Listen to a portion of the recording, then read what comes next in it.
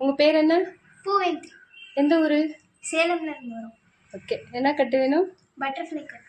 Butterfly கட்டு பண்ணலாமா?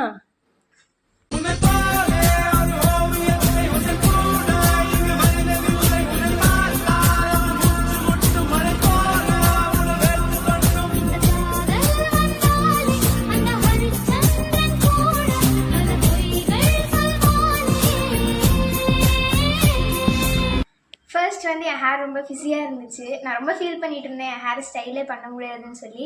But இவங்க கிட்ட வந்து கன்சல்டன்சி பண்ணதுக்கப்புறம் என் ஹேர் இவ்வளோ சூப்பராக ட்ரான்ஸ்ஃபார்ம் ஆயிருக்கு. எனக்கு ரொம்ப பிடிச்சிருந்துச்சு.